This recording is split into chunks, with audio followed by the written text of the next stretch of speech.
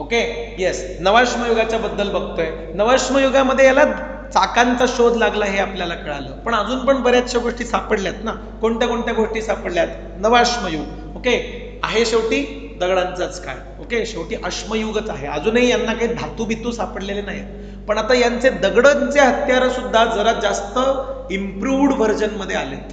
आलं लक्षात? म्हणजे तुम्ही बघा, आहे दगडाचंच हत्यार. ओके हे जे आहे दगडाचंच हत्यार आहे, पण त्याच्या मध्यभागी त्यांनी खड्डा केलाय लाकूड वगैरे घुसवता यावं म्हणून. आलं लक्षात? म्हणजे किती स्किल्ड पद्धतीने त्यांनी हत्यार बनवले ते.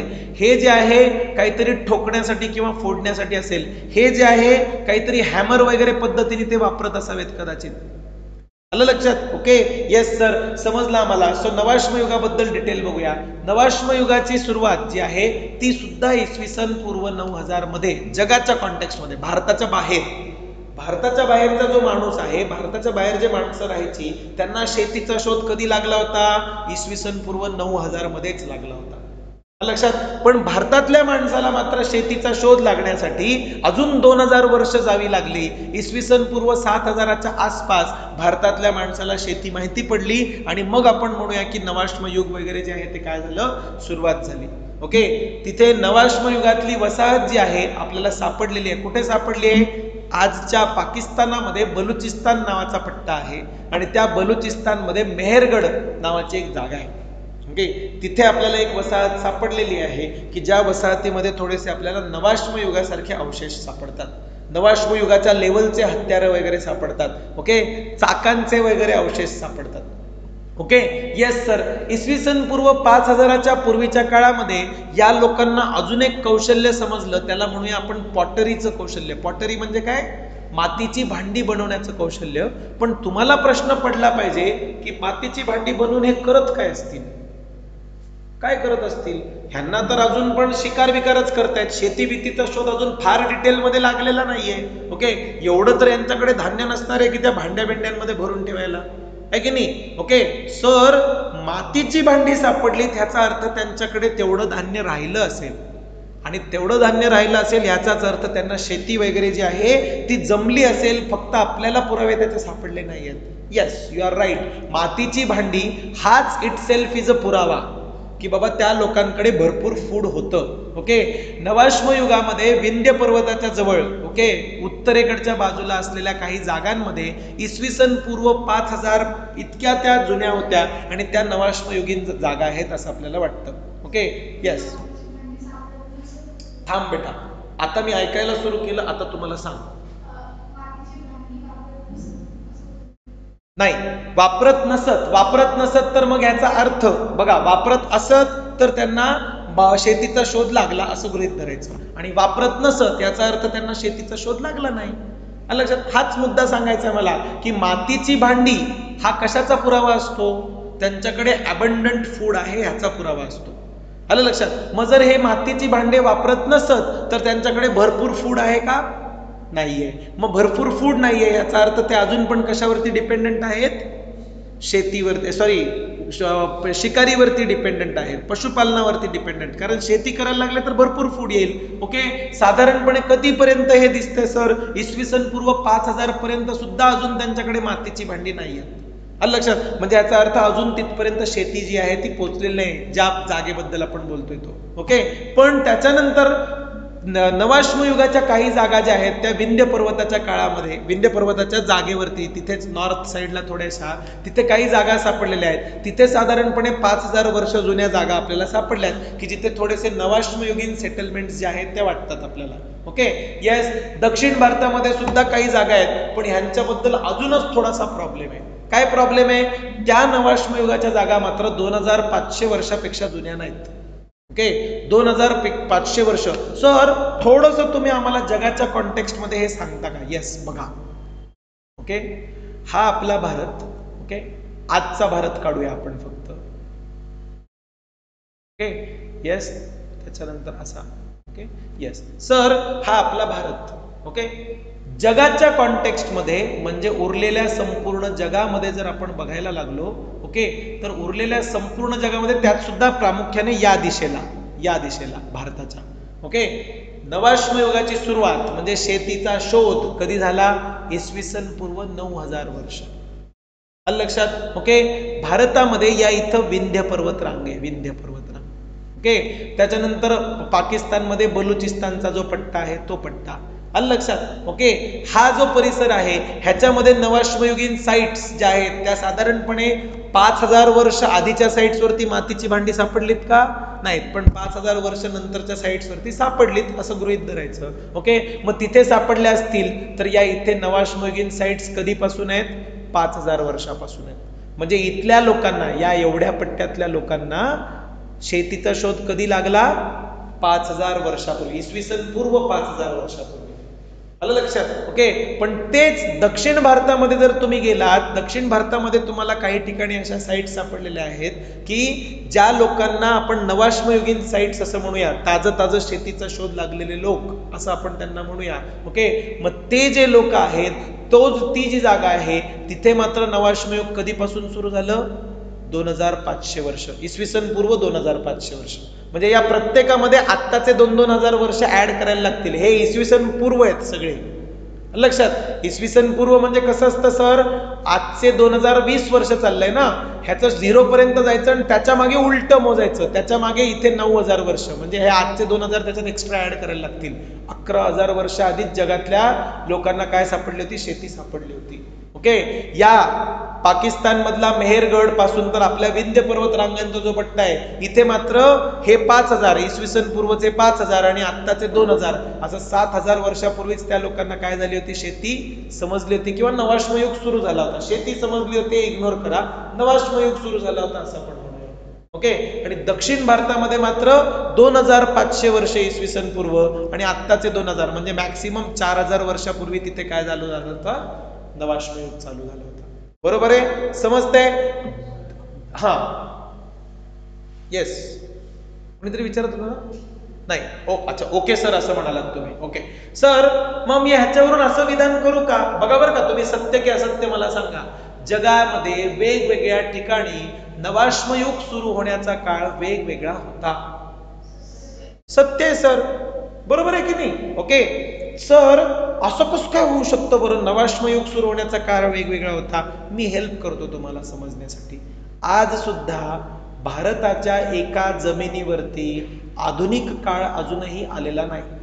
त्या लोकांनी अजून नीट शिस्तीत कपडे सुद्धा बघितलेले नाहीत. कॉटनचे कपडे ज्याला आपण म्हणतो, प्रॉपर शर्ट पॅन्ट. या इथे अंदमान निकोबार मध्ये या इथे एक बेट आहे, त्या बेटावरती अजूनही काही ठराविक जमातीचे लोक राहतात की ज्या जमातीचे लोक आजही अंगाला वल्कलं बांधतात. वल्कलं म्हणजे अशा झाडांच्या साली, प्राण्यांचे चामडे वगैरे अजूनही बांधतात. त्या लोकांना अजूनही शेती वगैरे नीट करण्याबद्दल काही माहिती नाही, पशुपालन करण्याबद्दल फार डिटेल्स माहिती नाही. आलं लक्षात? ओके, मग आपण म्हणलं तर चालेल का की या लोकांचा कॉम्प्युटरचा, नॅनो टेक्नॉलॉजीचा, रोबोटिक्सचा काळ चालू झाला? नाही. हा कम्प्युटरचा, नॅनो टेक्नॉलॉजीचा, रोबोटिक्सचा काळ कुठे चालू झाला? इकडे चालू झाला. पण हे लोक अजूनही बऱ्यापैकी पाषाण युगासारख्या अवस्थेतच राहतात. सर, मग आपण त्यांना सुधारत का नाही? आपण त्यांच्याकडे गेलो तर ते आपल्यावरती बाण मारून आपल्याला हे करतात, पळवून लावतात. आलं लक्षात? ओके, आणि असं ठरलंय की बाबा त्या लोकांना जसं राहायचंय तसं राहू द्यायचंय. आलं लक्षात? त्या लोकांना फार काही डिस्टर्ब करायचं नाही. आपल्याच भारतामध्ये अशी जागा आहे की जिथं अजूनही तंत्रज्ञान पोहोचलेलं नाही. ओके सर, मग त्या लोकांची लोकसंख्या वगैरे आपण कशी मोजतो? सॅटेलाइटच्या माध्यमातून मोजतो. आपलं कोणीच तिथे जात नाही, सरकारी ऑफिसर सुद्धा तिथे जात नाही. विचार करा. ओके, म्हणजे ह्याचा अर्थ काय की एकाच वेळी जगामध्ये नॅनो टेक्नॉलॉजी, रोबोटिक्सचं तंत्रज्ञान अस्तित्वात आहे, त्याच वेळी इथे अगदी आदी मानवासारखं ते लोक अजूनही राहत आहेत. मग त्या काळामध्ये असं का नाही होणार?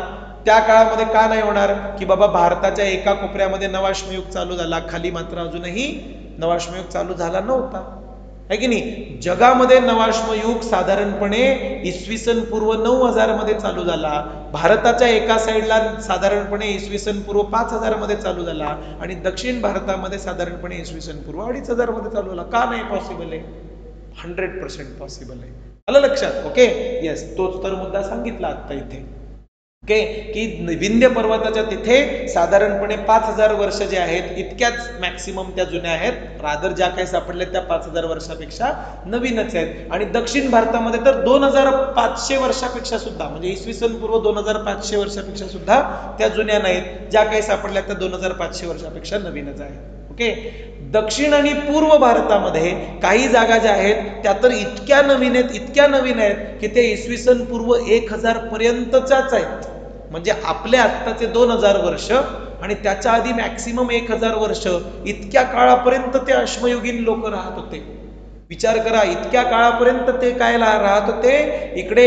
त्या काळामध्ये आता थोडासा नकाशा काढून दाखवतो, गंमत दाखवतो तुम्हाला. ओके, जर तुम्ही हडप्पा संस्कृती कालांतराने बघाल तेव्हा तुम्हाला लक्षात येईल की सर, ओके, या इथं भारत, ओके, या इथे या परिसरामध्ये हडप्पा संस्कृती अस्तित्वात होती. कधी अस्तित्वात होती? इसवी सन पूर्व 3500. म्हणजे आजपासून मोजायचे झाले तर किती जुनं झालं? आजपासून जुनं किती जुनं झालं सर? 3500 वर्ष इसवी सन पूर्वचे आणि आत्ताचे 2000 वर्ष. म्हणजे किती? 5500 वर्ष आधी हे हडप्पा संस्कृतीचे लोक राहायचे. यांना ऑलरेडी तांबे हा धातू माहिती होता, यांना ऑलरेडी ब्रॉन्झ हा धातू माहिती होता त्या काळामध्ये. ओके, आणि या इथं पूर्व भारतामध्ये आपल्याला काही जागा अशा सापडल्यात ज्या इसवी सन पूर्व 1000च्या आहेत. म्हणजे आजपासून मोजायला झालं तर किती जुन्या? 3000 वर्ष मॅक्सिमम. लक्षात, हे लोक अजूनही नवाश्म युगातलेच होते. म्हणजे त्यांना अजूनही तांबे, ब्रॉन्झ काहीच माहित नव्हतं डिटेलमध्ये. लक्षात, ओके. एकेकाळी हडप्पा संस्कृतीचे लोक भाजलेल्या विटा बनवायला लागले, शेतीबिती करायला लागले, तांबे आणि ब्रॉन्झ बनवायला लागले. त्याच म्हणजे त्या हडप्पा संस्कृतीच्या सुद्धा नंतरची गोष्ट आहे की हे लोक नवाश्मयुगीन पद्धतीने राहत होते. लक्षात, म्हणजे विचार करा, एकाच वेळी भारतामध्ये काय होते, वेगवेगळ्या काळातले लोक राहत होते असं आपण म्हणूया, आहे की नाही? ओके, येस सर, समजलं आम्हाला की भारतामध्ये पूर्व परिसरामध्ये अशा काही जागा सापडलेल्या आहेत की ज्या इसवी सन पूर्व 1000 वर्षात जुन्या आहेत, त्याच्यापेक्षा जुन्या नाही आहेत त्या. आलं लक्षात? ओके, येस सर, समजलं आम्हाला. या युगामधले माणसं जे आहेत ते गुळगुळीत दगडांचे हत्यार वापरायचे, उपकरण वापरायचे, अशा पद्धतीने ते राहत होते. ओके, येस, ते लोक जे आहेत ते काय करायचे, दगडी कुऱ्हाड वापरायचे. त्याच्यामुळे आपल्याला त्या कुऱ्हाडींचे वेगवेगळे प्रकार सुद्धा सापडलेले आहेत. भारताच्या वेगवेगळ्या टेकड्यांच्या प्रदेशामध्ये अशा दगडी कुऱ्हाडी सापडल्यात. मी तुम्हाला सुरुवातीलाच होल असलेले दगड दाखवले की नाही, ते हॅमर किंवा कुऱ्हाड वगैरे आपण त्याला म्हणूया. ओके, अजून पुढे पण दाखवणार आहे मी तुम्हाला कुऱ्हाडींचे photo. Okay, yes sir. So वेगवेगळ्या प्रदेशांमध्ये अशा कुऱ्हाडी वगैरे ज्या आहेत त्या सापडलेल्या आहेत. बघा तुम्हाला अशा पद्धतीच्या, माणूस हातामध्ये अशा पद्धतीने तो काय करायचा, लाकूड धरायचा आणि तो लाकूड जो आहे त्या लाकडाला समोर दगडाचं जे हे लावलेलं असायचं आणि त्याच्याने काय करायचा, कुऱ्हाड म्हणून त्याचा वापर करायचा. आलं लक्षात? ओके, येस सर, समजलं. बघा, ही कुऱ्हाड समोरून कशी दिसली असती, या इथे दगड दिसतोय तुम्हाला, आहे की नाही? ओके, येस सर, आणि ते साईडहून अशा पद्धतीने दिसले असते. ओके, सो अशा पद्धतीची जी कुऱ्हाड आहे ती कुऱ्हाड काय होती, अस्तित्वात होती. ही अजून एक प्रकार कुऱ्हाडाची. लक्षात, हे हँडल आहे, इथं धरायचं आणि हे दगड जे आहे त्या दगडाचा वापर करून काहीतरी लाकूड कापणे किंवा अशा पद्धतीचं कापण्यासाठी ही कुऱ्हाड जी आहे ती कामी यायची. ओके, येस सर, समजलं आम्हाला. हे कापण्याचं साधन जे आहे ते लोक वेगवेगळ्या गोष्टी कापण्यासाठी वापरायचे. काय काय कापायचे सर? दंतकथेमध्ये परशुराम जो आहे तो परशु धारण करायचा. परशु धारण करणारा एक महत्वाचा योद्धा जो आहे तो बनलेला आहे. खूप प्राचीन काळामध्ये कोणीतरी परशुराम नावाचे एक व्यक्ती होऊन गेले होते आणि त्यांचं मुख्य हत्यार होतं कुऱ्हाड. ओके, कुऱ्हाड हे त्यांचं मुख्य हत्यार होतं. मग त्या दंतकथेवरून आपल्याला असं सुद्धा म्हणता येईल की हो, त्या काळातल्या लोकांना खरंच कुऱ्हाड किंवा असं परशु नावाचं कोणतं तरी हत्यार माहिती होतं. ओके, नवाश्म युगामध्ये वस्ती करणारे जे लोक होते ह्यांच्यामध्ये प्रामुख्याने 3 स्टाईलच्या कुऱ्हाडी सापडतात. किती स्टाईलच्या? 3 स्टाईलच्या, 3 वेगवेगळ्या डिझाईन्स आहेत कुऱ्हाडीच्या ज्या आपल्याला जनरली सापडलेल्या आहेत. ओके, त्याच्यावरून आपण काय केले, त्या नवाश्म युगातल्या लोकांना वर्गीकरण केलेलं आहे. वायव्येकडे राहणारे लोक, बघा असा भारत असेल, थोडं स्वतःच ते वर्गीकरण करायला शिकायचं. ओके, असा भारत असेल, हे काश्मीर, हे आपला नॉर्थ ईस्ट, हे गुजरात आणि खाली श्रीलंका असेल इकडे. ओके, वायव्य दिशा म्हणजे ही दिशा. लक्षात? ओके, सो वायव्येकडील, ईशान्येकडील म्हणजे ही दिशा. जनरली अशी इकडे जात असते पण आपण ही दिशा धरत असतो, ईशान्येकडील. ओके, आणि दक्षिणेकडील म्हणजे ही दिशा. आलं लक्षात? ओके, या 3 परिसरांमध्ये 3 वेगवेगळ्या स्टाईल्सच्या कुऱ्हाडी काय झालेल्या आहेत, सापडलेल्या आहेत. ओके, येस सर, एक एक एक एक बघूयात. वनवाश्म युगामधली जी वायव्येकडची होती, म्हणजे पाकिस्तान वगैरे परिसरामधली जी कुऱ्हाड होती, तिथं धार असलेल्या वक्राकार आयताकृती कुऱ्हाड्या होत्या, म्हणजे अशा. ओके, थोडासा आकार चुकतंय, अशा. ओके, आणि मग इथे हँडल लक्षात, आणि या इथे काय असायची, धार असायची त्याला. लक्षात? ओके, येस सर, समजलं आम्हाला. कुठल्या साईडला, वायव्येकडच्या साईडच्या कुऱ्हाडी अशा होत्या, आयताकृती, वक्राकार, धार असलेल्या. Okay, yes. त्याच्यानंतर ईशान्येकडच्या ज्या कुऱ्हाडी होत्या त्या कशा होत्या, गुळगुळीत दगडाच्या होत्या. आता जो फोटो दाखवलेला ना आधी हातामध्ये धरलेला, तसल्यावाल्या कुऱ्हाडी, गुळगुळीत दगडाचं आयताकृती पाता असायचं, त्याला कधी कधी कुदळ सुद्धा जोडलेली असायची. अशा पद्धतीने हे लाकडाचा हँडल असायचा, त्याला गुळगुळीत दगडाचं पातं इथे सिंपल वालं, आणि कधी जर असलंच तर याला इथे असं कुदळ टाईप. आलं लक्षात? ओके, येस सर, समजलं आम्हाला. एका साईडने वापरलं तर ते कुऱ्हाड म्हणून काम करेल, आणि एका साईडने वापरलं तर ते कुदळ म्हणून काम करेल. कुदळ म्हणजे जमीन खणण्यासाठी जे असतं ते. आलं लक्षात? ओके, येस सर, समजलं आम्हाला की हे जे आहेत हे कुठे होते, ईशान्येकडच्या लोकांकडे होते, अशा प्रकारच्या कुऱ्हाडी. आणि दक्षिणेकडच्या सर, दक्षिणेकडच्या कुऱ्हाडी ज्या होत्या त्यांची खासियत होती की अंडाकृती बाजू आणि टोकदार पाते. आलं लक्षात? असे ते काय होते, हे कुऱ्हाडी होते. परीक्षेमध्ये कदाचित तुम्हाला UPSCची जर तुम्ही परीक्षा द्यायची ठरवली तर अशा प्रकारे जोड्या लावाचा प्रश्न येऊ शकतो. इनडिरेक्टली एकदा आलेला सुद्धा आहे. ओके, इनडिरेक्टली आला होता, डायरेक्टली नाही पण इनडिरेक्टली आला होता.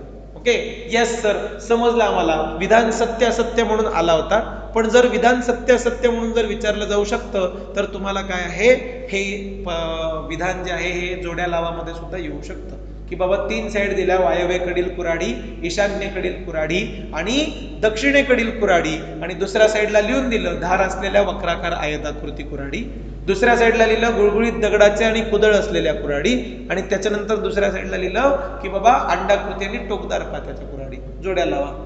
येऊ शकतं, 100% येऊ शकतं. ओके, तुम्हाला ऑलरेडी लक्षात आलं असेल की मी जेव्हा सांगितलं तुम्हाला की इथून पुढचा भाग तुमच्या सिलेबसमध्ये, तिथूनच प्रश्न दिसायला सुरुवात झाली आपल्याला.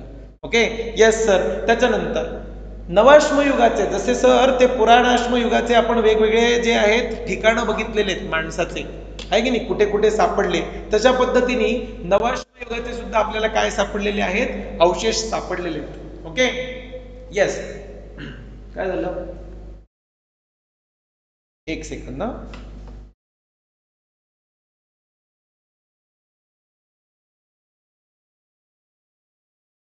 Okay, yes. सो आपण नवाश्म युगामध्ये जे वेगवेगळ्या ठिकाणी आपल्याला माणसाचे अवशेष सापडलेत त्या सगळ्या अवशेषांचा आता काय करणार आहोत, अभ्यास करणार आहोत. ओके, कुठे कुठे सापडलेत ह्याच्यावरती ऑलरेडी प्रश्न येऊन गेलेत. ओके, सो थोडंसं जास्त लक्ष देऊन पाठ करायचा प्रयत्न करा. एक एक एक एक एक एक जे ते ठिकाणं तुम्हाला दाखवणार आहेत, त्या जागा सुद्धा तुम्हाला दाखवणार आहेत, ती ठिकाणं तुम्हाला पाठ व्हायला पाहिजेत. Okay, yes. एक एक एक एक डिटेलमध्ये बघूया. ओके, सगळ्यात पहिल्यांदा आपल्याला काश्मीरमध्ये सापडलेलं जे ठिकाण आहे, ओके, त्याची इमेज छोटी होती म्हणून ती मोठी करण्यासाठी मी ओपन केलं होतं. Okay, yes sir. सर, काश्मीरमध्ये सापडलेलं जे ठिकाण आहे ते ठिकाण आहे बुर्जहोम नावाचं ठिकाण. ओके, कोणतं ठिकाण आहे, बुर्जहोम नावाचं ठिकाण. ओके, सर हे ऍक्च्युअल फोटो आहे का बुर्जहोमचा? येस, बुर्जहोमला जे आपल्याला ठिकाण सापडलेलं आहे त्या बुर्जहोमला मानवाचे अवशेष जिथे सापडलेत, नवाश्म युगीन मानवाचे अवशेष जिथे सापडलेत ते हे ठिकाण. लक्षात? सर हे तर जमिनीमध्ये खड्डा दिसतोय. लक्षात? असा जमिनीच्या आतमध्ये गेलेला खड्डा दिसतोय, हे की नाही? ओके, असं खड्ड्यात राहायचा का माणूस तेव्हा? येस.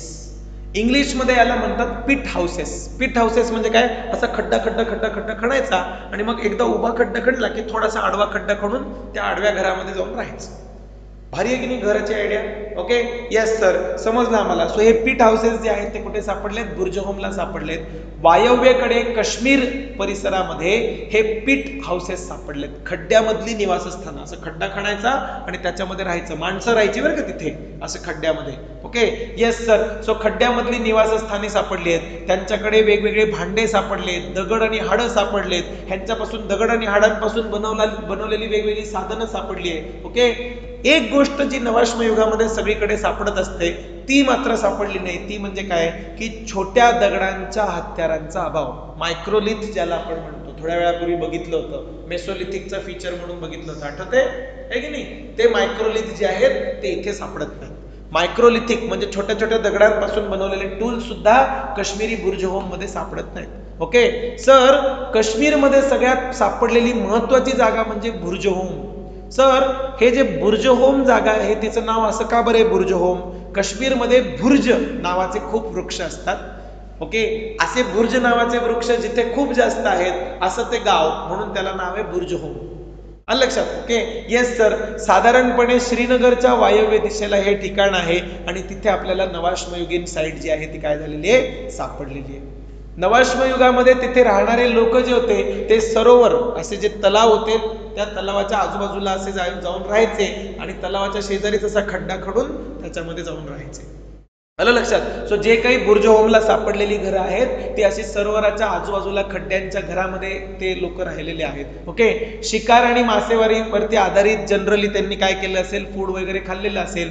थोडा बहुत त्या लोकांना शेतीचा सुद्धा परिचय असावा म्हणून तर त्यांना नवाश्मयुगीन म्हणतोय ना आपण. ओके, शेतीचा परिचय नसला असता तर आपण काय म्हणालो असतो त्यांना? मध्याश्मयुगीन म्हणालो असतो, मेसोलिथिक म्हणालो असतो. बरोबर आहे? ओके येस सर, म्हणजे शिकार आणि मासेमारी ते करायचे आणि थोडा बहुत शेती सुद्धा त्यांना माहिती होती म्हणून नवाश्मयुगीन त्यांना म्हणायचं. तसंच जसं बुर्ज होम नावाची एक जागा आहे तसंच अजून एक जागा आहे, त्याचं नाव आहे गुफ्रकाल. ओके, गुफ्रकाल. गुफ्रकाल जे आहे या शब्दाचा शब्दशः अर्थ जर काढला तर कुंभाराची गुहा असा त्याचा अर्थ होतो. ही सुद्धा एक जागा काश्मीरच्या जवळ आपल्याला सापडलेली आहे. ओके, गुफ्रकाल मध्ये वस्ती करणारे जे लोक होते त्यांना शेती पण माहिती होती आणि पशुपालन पण माहिती होतं, याचे पुरावे सापडले आपल्याला गुफ्रकालला जे लोक राहत होते त्यांच्या ठिकाणी. ओके येस, काश्मीरमध्ये नवाश्मयुगामधले लोक जे होते ते गुळगुळीत दगडांचे हत्यार वापरायचे. नुसतं एवढंच नाहीये, गुळगुळीत दगडांचे हत्यार वापरायचे असं म्हणायचे म्हणजे ते वापरायचे असं नाहीये, तर हाडांपासून बनवलेले वेगवेगळे उपकरण आणि हत्यार वापरायचे. ओके, गुळगुळीत दगडांपासून हत्यार न वापरण्यामागचे रिझन पण होते, कारण त्यांना ते प्राणी वगैरे जे काही खाल्लेले असतील त्यांच्या हाडं त्यांच्याकडे शिल्लक असायचे आणि त्या हाडांना शेप देणं हत्यारांना शेप देणं दगडांना शेप देण्यापेक्षा सोपं होतं त्यांच्यासाठी. ओके, म्हणून त्यांच्याकडे गुळगुळीत दगडांच्या हत्यारांसोबतच हाडांची सुद्धा वेगवेगळी उपकरणं सापडलेली आहेत. आलं लक्षात? ओके येस सर, समजलं आम्हाला. त्याच्यानंतर पुढचं ठिकाण जे आहे ते आहे चिरांद. ओके येस सर, कुठलं ठिकाण आहे? पाटणा इथं असलेलं चिरांद नावाचं ठिकाण. आलं लक्षात? सर, पाटणा जे आहे ते कुठे?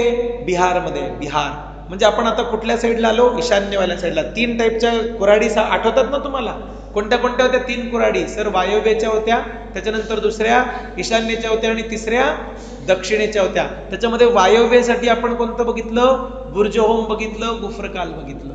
बरोबर आहे. आता ईशान्येकडे आलो. ईशान्येमध्ये बिहारच्या जवळ, बिहारमध्ये असलेल्या पाटणाच्या जवळ चिरांद नावाची जागा आहे. ओके, हे जे स्क्रीनशॉट मी गुगल मॅप्स मधून घेतलाय. लक्षात, गुगल मॅप्स मध्ये चिरांद नावाची जी जागा आहे त्या चिरांद मध्ये चिरांद आर्किओलॉजिकल साईट नावाची जागा आहे बघा. ओके, थोड्या दिवसापूर्वी 2-3 दिवसांच्या मागच्या लेक्चर मध्ये तुम्हीच मला उत्तर दिलं होतं. काय उत्तर दिलं होतं रे? की गंगेच्या मैदानी खोऱ्यांमध्ये पुरावे सापडण्याची शक्यता जास्त आहे का कमी आहे?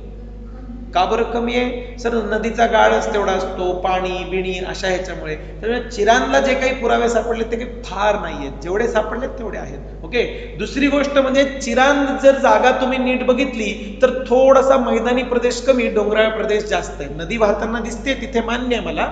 ओके, पण त्या नदीचा जो गाळ आहे तो दुसऱ्या साईडला जास्त साचलेला आहे. या साईडला तुम्हाला असं डोंगराळ प्रदेश जास्त दिसेल असा. आलं लक्षात? ओके, माझी शाई चेंज करतो. या साईडला असा इथे डोंगराळ प्रदेश जो आहे तो जास्त दिसेल आणि त्या डोंगराळ प्रदेशामध्येच इथे तुम्हाला त्या लोकांचं काय सापडलेलं आहे? साईट सापडलेली आहे. ओके येस सर, मग चिरांदमध्ये गंगा नदीच्या उत्तरेकडे पाटणा शहराच्या पश्चिमेला 40 किलोमीटर. सर, हे पाठ करू का? काही गरज नाही असलं पाठ करायची. ओके येस, तिथे चिरांद या ठिकाणी हाडांपासून बनवलेली हत्यारं आणि उपकरणं सापडलीत आपल्याला. हाडांपासून बनवलेली, प्राण्यांचे वेगवेगळे हाडं असतात ना, त्या हाडांपासून बनवलेले वेगवेगळे हत्यारं आणि वेगवेगळे उपकरणं. सर, उपकरणं म्हणजे काय सापडत असतं? सुई सापडते, कंगवा टाईपचं काहीतरी सापडतं, अशा गोष्टी. आलं लक्षात? Okay, yes sir. सो हाडांपासून बनवलेले हत्यार आणि उपकरणं सापडलेत. हरणाच्या शिंगापासून बनवलेले उपकरणं सापडलेत. नवाश्म युगाच्या काळामध्ये साधारणपणे 100 सेंटीमीटरच्या आसपास पाऊस पडत असावा असं आपल्याला वाटतं आणि त्या प्रदेशामध्ये आपल्याला ही उपकरणं आणि हे सगळे जे आहेत ते सापडलेत. सर सगळीकडे हाडांपासून काय म्हणतात त्याला उपकरणं तयार केली आहेत. शिंगांपासून तयार केलेली उपकरणं एकट्या चिरांना सापडली. ओके, आणि हा प्रश्न परीक्षेमध्ये येऊन सुद्धा गेलेला आहे. पुढीलपैकी कोणत्या ठिकाणी अश्मयुगीन मानवाच्या काळातील हरणांच्या शिंगापासून तयार केलेली उपकरणं सापडलेली आहेत? कुठे सापडली?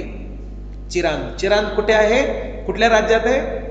बिहार नावाच्या राज्यात आहे. व्हेरी गुड, आलं लक्षात? Okay, yes sir.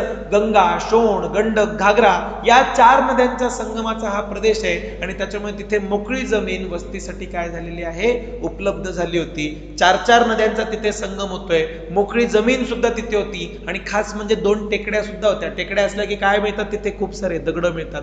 दगडांपासून हत्यारं बनवता येतात. अश्मयुगीन काळातल्या लोकांना दगडच पाहिजे होते ना असे तसे. Okay, yes sir. या प्रदेशामध्ये दगडी हत्यारं म्हणजे आता दगड जे आहेत डोंगरांच्या आसपास जरी मिळत असले तरी 4 नद्यांमुळे दगडांची संख्या थोडीशी कमी होती आणि त्याच्यामुळे जे आहेत त्या लोकांनी काय केला? हाडांचा, प्राण्यांच्या शिंगांचा वापर केला. आलं लक्षात? Okay, yes sir.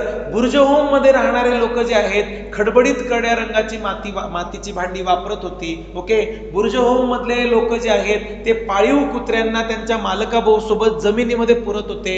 या गोष्टी आपल्याला दिसलेल्या आहेत. ओके, चिरांमध्ये मात्र असं काहीही नव्हतं. ओके, येस सर, समजलं आम्हाला. पाटणामधला चिरान जो आहे तो. गंमत म्हणजे हे बुर्जहोम बद्दल जे सांगतोय त्याच्यामधला एक मुद्दा लक्षात घ्या. जसं चिरांमध्ये प्राण्यांच्या हाडापासून बनवलेल्या गोष्टी आपल्याला सापडल्या, ते चिरांचं युनिक फीचर आहे. तसं बुर्जहोमचं युनिक फीचर आहे ते म्हणजे काय की मालकाबरोबर जो कुत्रा पुरलेला आहे असं परत कुठेच दिसलेलं नाही. पूर्ण भारतामध्ये अजून कुठेच दिसलेलं नाही, फक्त बुर्जहोम मध्येच दिसलंय की बाबा माणूस मेला तर त्याच्यासोबत त्याचा कुत्रा सुद्धा पुरून टाकायचा. आलं लक्षात? ओके, बुर्जहोमचा लवकरात लवकरचा म्हणजे नियरेस्ट कालखंड जर बघितला तर इसवी सन पूर्व 2400चा.